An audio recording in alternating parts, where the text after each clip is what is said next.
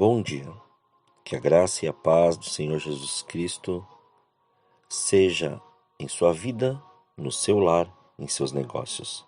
Quero agradecer a Deus por permitir entregarmos nossas primícias a Ele e juntos desfrutarmos de mais um dia dessa palavra que se encontra no livro de Provérbios, capítulo 9, versículos 7 a 9. O que censura o zombador traz afronta sobre si. Quem repreende o ímpio mancha o próprio nome. Portanto, não admoestes o escarnecedor, para que não te aborreça. Repreende o sábio, e ele te amará. Orienta a pessoa que tem sabedoria, e ela será ainda mais sábia. Ensina o homem justo, e ele aumentará em muito o seu saber. Ao meditar sobre esses versículos, o Senhor me levou a questionar algo. Porque muitos não aceitam o confronto e o recebem como afronta. Após alguns anos, levando o Evangelho do Senhor às pessoas, por intermédio do Espírito Santo, pude observar que muitos deles não aceitam ser confrontados e logo se afastam porque acreditam que você quer mudá-los, pois referem-se essa atitude como uma afronta. Então vamos entender este conceito para ficar claro para nós entre confronto e afronta. O prefixo a de afrontar vem do latim ante e significa contrário. Logo, afrontar é ir contra a frente ou contra a face. Afrontar é contradizer, é se opor. A palavra confrontar vem do latim com, que significa junto, e fronte, que significa face. Portanto, confronto significa frente a frente ou face a face. Uma outra definição de confrontar é comparar a cópia com o original. Essa definição é perfeita, pois é isso que cremos que deve acontecer em uma pessoa em Cristo. Devemos colocar nossa própria vida frente a frente com a vida dos apóstolos e do próprio Jesus, para compararmos uma com a outra e se encontrarmos em nossa vida atitudes que Jesus e seus discípulos não teriam, então devemos reavaliar essas ações. Confrontar, portanto, não é afrontar. Confrontar é ficar frente a frente, é sentar junto e discorrer sobre um assunto do qual se discorda com a finalidade de ajustar o relacionamento, de se chegar a uma concordância. O confronto, portanto, visa ajustar e aproximar, enquanto a afronta visa ofender e subjugar. O confronto prioriza o relacionamento, enquanto a afronta prioriza a opinião. O confronto é diálogo e a afronta é monólogo. O confronto ajunta e a afronta espalha.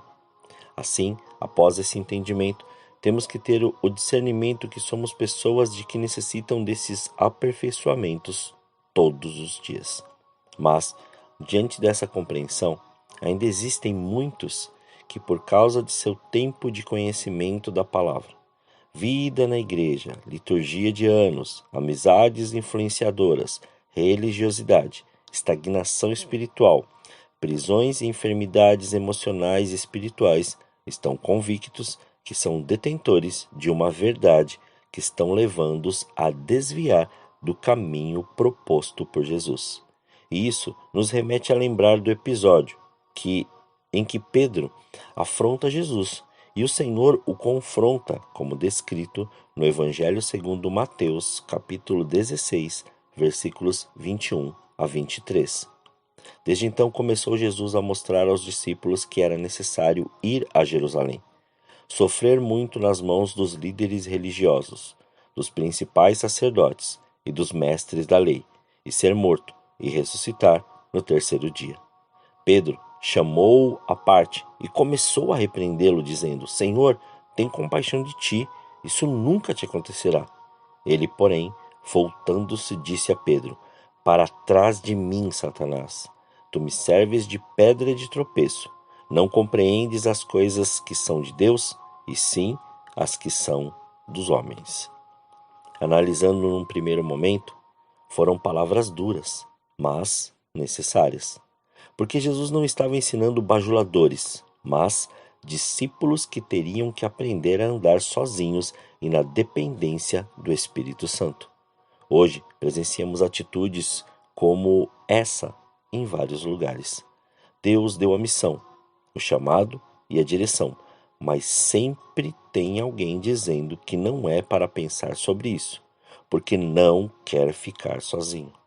Porque não terá ninguém que responderá suas falhas, seus erros e suas desculpas. Ele terá que aprender a depender do Espírito Santo, a crescer, a amadurecer espiritualmente e resolver todas as suas situações. Ainda que Pedro achasse que estava fazendo a coisa certa, Jesus mostrou que não importa quantas vezes ele tentasse impedir, mas que continuaria até que se completasse sua missão, ensinando que devemos ter sabedoria para falar no momento oportuno e não achar que nosso posicionamento por experiência está certo em todas as ocasiões. E diante disso, um outro fato me chamou a atenção. Foi o caso do apóstolo Paulo. No caminho a Damasco, teve um encontro com Jesus, como descrito no livro de Atos dos Apóstolos, capítulo 9, versículos 1 a 9, 17 e 18. E Saulo, respirando ainda ameaças e mortes contra os discípulos do Senhor, dirigiu-se ao sumo sacerdote e pediu-lhe cartas para Damasco, para as sinagogas, a fim de que, se encontrasse alguns deste do caminho, quer homens, quer mulheres, os conduzisse presos a Jerusalém. E indo no caminho aconteceu que, chegando perto de Damasco, subitamente o cercou um resplendor de luz do céu, e caindo em terra, ouviu uma voz que lhe dizia: Saulo, Saulo, por que me persegues? E ele disse: Quem é, Senhor? E o Senhor o disse: Eu sou Jesus, a quem tu persegues. Duro é para te recalcitrar contra os aguilhões. E ele, tremendo e atônito, disse: Senhor, que queres que eu faça? E disse o Senhor: Levanta-te e entra na cidade, e lá te será dito o que te convém fazer. E os homens que iam com ele pararam espantados, ouvindo a voz, mas não vendo ninguém. E Saulo levantou-se da terra, e abrindo os olhos, não via ninguém. E guiando pela mão, o conduziram a Damasco. Esteve 3 dias sem ver, e não comeu e nem bebeu. E Ananias foi e entrou na casa, e impondo-lhe as mãos, disse: Irmão Saulo, o Senhor Jesus, que te apareceu no caminho por onde vinhas, me enviou para que te tornes a ver e sejas cheio do Espírito Santo. E logo lhe caíram os olhos como de umas escamas, e imediatamente recuperou a vista e, levantando-se, foi batizado. Nada disso é diferente nos dias de hoje. As pessoas continuam as mesmas, mas agora com tecnologias diferentes. Tanto o caso de Pedro como de Paulo mostram que o confronto sempre nos levará ao entendimento do caminho que Jesus tem preparado para nós. Mas nossas emoções que vão discernir e dizer se queremos ou não ser curados, sarados, tratados, limpos pela palavra e conduzidos pelo Espírito Santo. O Senhor sempre colocará pessoas que te farão crescer, mas você que definirá se esse confronto te levará ao aperfeiçoamento ou se terá o entendimento de afronta e deixará sua vida ficar paralisada. Como sempre digo, para os irmãos, no mínimo são mais de 2 horas só para nos prepararmos a cada dia, para cada visita, para cada culto, para cada reunião, para cada estudo, mas ao chegar no lugar é que vemos se o grau de comprometimento é real dos participantes, ou ainda estão à mercê das coisas desta terra, satisfazendo suas vontades e desejos, mas querendo que Deus resolva seus problemas. Que o Senhor nos revele a cada dia aquilo que temos que melhorar, aperfeiçoar e realizar, pois tudo é possível ao que crê.